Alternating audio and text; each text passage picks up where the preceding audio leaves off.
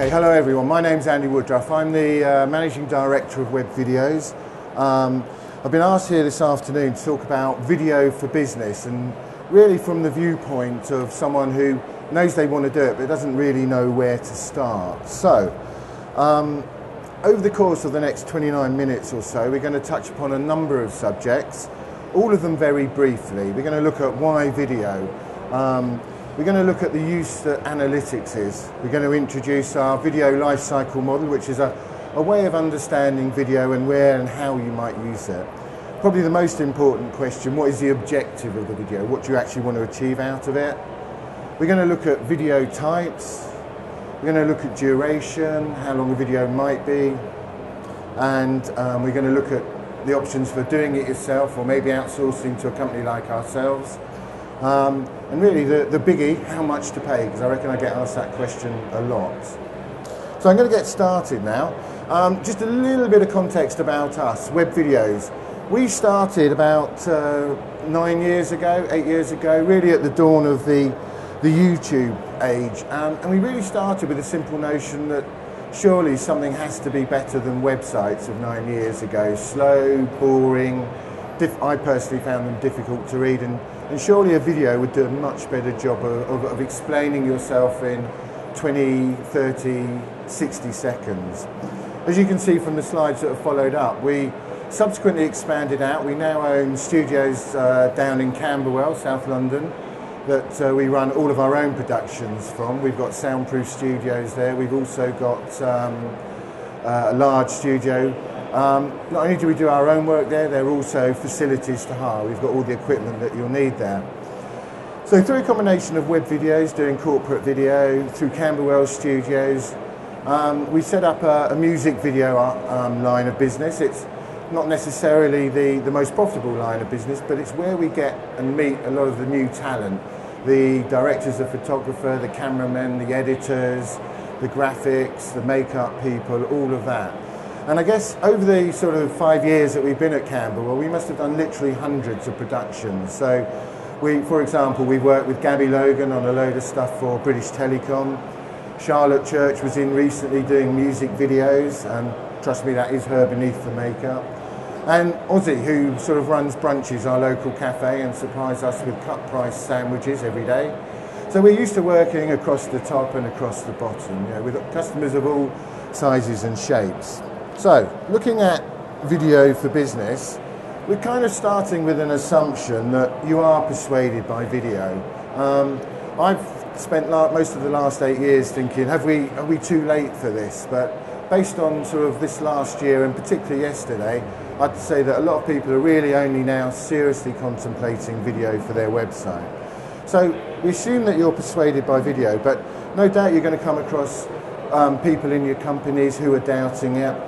We put up a bunch of quotes here, which is really to say there is so much research out on the internet. You can almost certainly find research that is relevant to your business, your sector, if you're looking for how video might work, especially for you. The video is good because people like to share it. These days you can make a video once and use it, or cut it up and repurpose it many times over many different platforms. People like that. In the UK, people are turning to video production, so companies like us are just getting busier and busier, but that's good news for us, and it's also good news for you, because more and more people are knowing what web video, internet video is supposed to be about. And if you've been following internet marketing trends, you know that Google increasingly places a lot of reliance on video in its search results. Right. So, we assume that you're persuaded by video, but there's some stats there, all research, there's plenty out there. Right, we're now going to look at analytics. Analytics, Google, YouTube provides loads of free analytics. You can see on the left here all the sorts of things that it can tell you. Who's watching your video, the age ranges, where they are, how they're finding you, are they coming through Facebook. Incredible amount of analytics, both in numbers and in forms like this.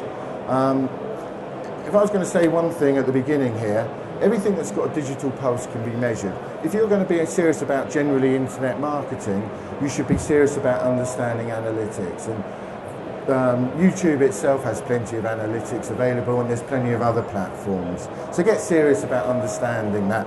It's where you're going to find your return on investment conclusions. Right, or one of the places, I should say. So we've developed this sort of way of looking at sort of video and understanding where a customer might be in their buying cycle. I've always been a salesman, or my career's been a lot of sales, so I always think about where a customer is, how likely they're to buy. If they're really hot to trot, I'm going to go in for the kill and try and sell to them. But if it's the first time they've ever met us, just really want to engage with them, let them know what we can do, personally find out a bit about them, see if they understand what we're trying to do, to try and build some sort of relationship with them. If they're more interested, then they're going to engage. They might choose to look at some of the videos that we have on our site. They might choose to spend more time generally looking around the website. If they're interested in maybe buying, or maybe they're interested in a bit of free information you're giving out in return for an email lead, the type of video or the messaging in the video might be different at that point. And of course they can fall down this pipeline very quickly, maybe in one setting, one viewing sitting, I mean. And I've put down there post-sales, and this is something I personally believe is really important. Post-sales sort of refers to, I'll give you an example, companies that sell technology often have a lot of problems with customer care, explaining how their products work, and by putting videos onto their website, both saving on customer care, I believe that they're actually contributing to the way people are making their buying decisions. So I think it's, although you may not think of post-sales as an obvious area, it is part of an overall buying cycle. So those are the ways in which you might sort of understand. We've got some brochures out, or flyers, that have got that model expressed in a different way, which we can give you copies of. Some of you will have them on your chairs. The most important question is, what are you trying to achieve? What are you trying to achieve with your customer? What do you want? What is the purpose of the video? What do you want them to do when they come on the website and look at the video? Do you want to sell to them? Do you want to just engage with them? What do you want them to do when they've seen the video? Do you want them to watch another video? Do you want to watch them to click on a form, give you an email address? Do you just want them to say, oh, that was a lovely video, and disappear out into the internet ether? How do you want them to feel? And I think understanding those sorts of questions, or thinking about what you want your video to do, where they are in their sort of their buying cycle, starts to give you an idea about the types of videos, the types of approaches, the messages that will work for you. Right. So what I put here is some examples of what might be happening at each of those positions through the pipeline. So, you know, you could be positioning your company, trying to build awareness about what you do. We've put entertainment over there. Tread carefully, but entertaining videos, videos with humour, videos that are light-hearted, always go down well. Generally much better than dry, technical type of videos, particularly in a sort of a sales, customer-facing context. If you're looking to engage with people, you might find them looking at, you know, new products that you've got on your sites. You maybe have one of your experts talking about a service that you provide. If someone's interested, they're going to spend that much longer looking at the video, engaging with you. And that's a great thing. It means that you've got a share of someone's sort of mind for 30 seconds, a couple of minutes. I was talking at the bottom earlier on about answering common questions, and that's FAQs is really often a good place to start on a website if you're wondering where to start. So this one's a little bit of a jargon buster, because people often come up to me saying, I want an animation video, or I want this video. And I find that I have to sort of stop them and say, well, what do you want the video to do first, rather than it's got to be an animation. One of the things that we do is we've got loads of different approaches, ways, ideas of hitting your messages. So, thinking, you know, I was just sort of thinking of some examples. Now, those of you that have noticed, I've got John at the back there filming me. This whole seminar is going to be on our website next week. I'm going to be blasting it all over the internet, hoping that people enjoy it. So I'm really killing two birds with one stone here. We're going to cut it up into bits and pieces and try it out through some other ways. I was talking to someone yesterday that is a stand organiser, and they were explaining to me that they somehow, their biggest question was people wanted to know what their service was like without having experienced. And we talked about maybe a time-lapse type of video where if they, for example, if they were in at this place building a stand for someone, we'd put a couple of cameras on, take a picture every minute, build up a time-lapse of the event, cut it with people maybe making a few comments about, well, you know, we do this, we do that. Maybe they always build your exhibition stands and they take it away to the next place. So knowing their total service is something you can easily do. Behind the scenes, it's a little bit like that. People love that. It shows the character of your company. So there's all sorts of videos, and you know, I could probably talk on each one of these for half an hour each, but I'm not going to do that. So if you are thinking about video, here's some of the details you've got to think about, because some of you might be thinking, I can do this myself, I'm really keen to have a go. And I say, go on, have a go. You've got to think about, do you need subtitles, maybe captions to explain, you know, this is Fred Bloggs, the chief executive, or this is Mary who runs this division of the company. Are you going to use a presenter, or are you going to do it yourself? Personally, I think I prefer people use a presenter, but there are a lot of people out there who are good at on video, but maybe not necessarily in a talking to the camera like this sense. They get a bit sort of stage struck by that. And I generally advise, if you're good, let's have a go. If you're not good, consider a professional. And the truth is, most of us aren't good in front of the camera. I know, I've tried, and whilst I think I'm a reasonable presenter to people, behind the camera I look a bit like a dead fish, so I try not to appear that much. One of the things down here is interactive technology. I'm just going to mention a very brief thing. If you look on YouTube, you will probably have noticed somewhere some captions on the screen, maybe appearing through the video, that says, click here to find out more about. You might have seen them in fashion videos where a little circle comes over maybe a handbag and it says click here. What happens is that takes you off to another page, another website where there's specific information about what was being circled. That's just one example of interactive technology, and it's starting to come a lot more into play. HTML5 is the term you'll use. Tragically for us, we were experts at interactivity using Flash. Apple decided they weren't going to support Flash. We've had to start learning different ways of doing it. Fortunately, we find that YouTube is providing some of this functionality, so it's not as bad as it used to be for us personally. But interactive technology. Right, duration, right. Content is king. It's a hackneyed old saying, and you've heard it 101 times, but if it's good enough, people will watch. However, realistically, thinking about most of the situations, after 10 seconds, you're going to lose, you know, a lot of the accidental tourists that have somehow come on your site are going to disappear. That's fine, they were never going to be interested in what you were doing. By 30 seconds, over a third of the people are likely to have gone. By a minute, half of them have gone. But the good news is, at 2 minutes, still 40% are watching, and that's a lot of people, you know, if you're getting good numbers coming to your traffic. And it seems to be that no matter how long the video, these figures stay roughly true. This is research, it's our experience, but we didn't do the research. We've gone out there and found out more about it. So I'm going to talk now about do-it-yourself or outsourcing. I've talked to a lot of people at the show this week, yesterday and this morning, and our number one recommendation is do your research and work out your brief. What you want the video to do, how you want the video to be, what you think it ought to be about. Take time, look at YouTube, research other videos, look at videos that you think offer something, they may be similar to yours. Maybe check out America, they're quite out there with doing videos, but there's other countries.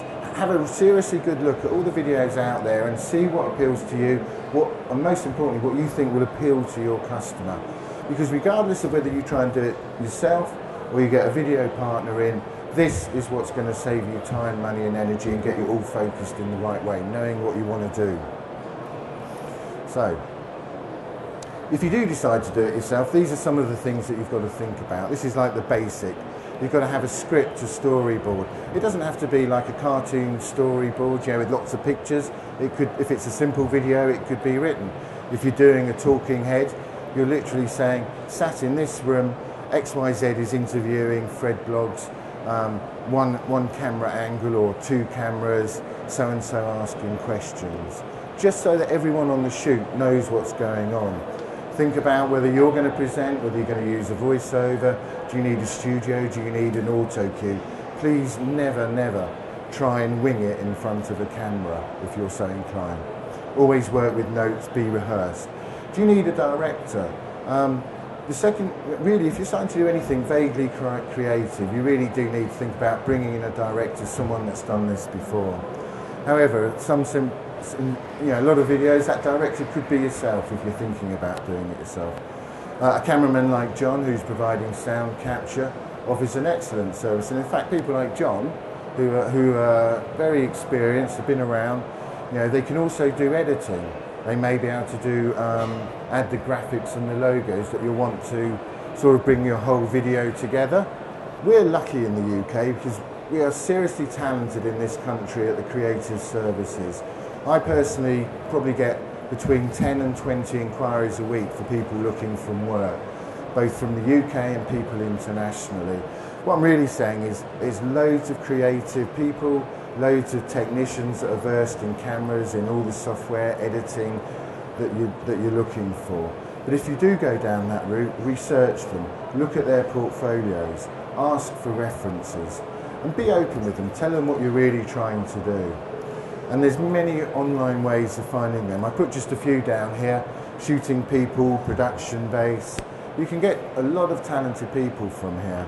If you're looking to outsource, the reason why you choose a company like us is A, because we can do a one-off, but we might be able to do multiples. If you are looking at production companies, there'll be companies like us that are fairly broad-based and generic and general. And then there'll be companies that are specific. There's an animation only company over there. There's some companies that maybe just do training videos. Others just really focus on the corporate market or in fashion. So maybe you should be looking for those types of companies, or you can look for a general company like us. We've done most of those things. And again, lots of established companies, people that know what they're doing. Just do a research, again, ask questions, look at their portfolios and think about it that way. Right. So, how much? Well, it does all depend on the treatment, the approach, the production values, the creativity, the planning. I'm asked this question pretty much by everyone that's dropped by the stand, how much? And the truthful answer is, how long is a piece of string? But I know that's not helpful, so what I've tried to do here is just to give you some examples. If you're doing a pretty much straightforward talking head, let's say it's got to be done very nicely, it's a chief executive, you know, you want nice production values on it. You could be looking under 1,000, around 1,000. If you wanted graphics and stuff, you might pay 2,000. We've done those and charged 5,000. But there's no doubt for that sort of money you should be able to get that. However, you could also get 10 videos made for 3 or 4K, so about 300, 400 pounds each, if you approach it in the right way. A very simple example, let's say you've got 3 or 4 subject matter experts in your company who could all talk for a couple of minutes about a particular subject. If you can get them all together in one day, we can film them in one day, and we can be very efficient in the edit. So video doesn't have to be so expensive if you plan for it, if you think about what you're doing, you take a broader view. And I guess that's some of the experience that companies like us are able to help you. If you're looking anything creative or on location, you know, we can do videos sort of locally in London, depending, for, you know, around the 4,000 mark. But you know, if you're thinking sort of you want something that you might see BT doing, then sort of add about, I think, 5 zeros to that 4. Video can get extremely expensive if you don't know what you want. How are we doing for time now? So I've got 5 minutes left. Let's see if I've got any more slides. Hey, no. So I hope that was helpful to everyone. I finished 5 minutes early, so I'm happy to take questions. We're down the end of the corridor there at stand 62. Please come and see us. We've got videos there. We're happy to have a chat. In this brochure here, there's some show offers. We'll never do these prices again so cheaply. I hope that was helpful. Thank you very much for listening. Thank you. Oh, thank you very much.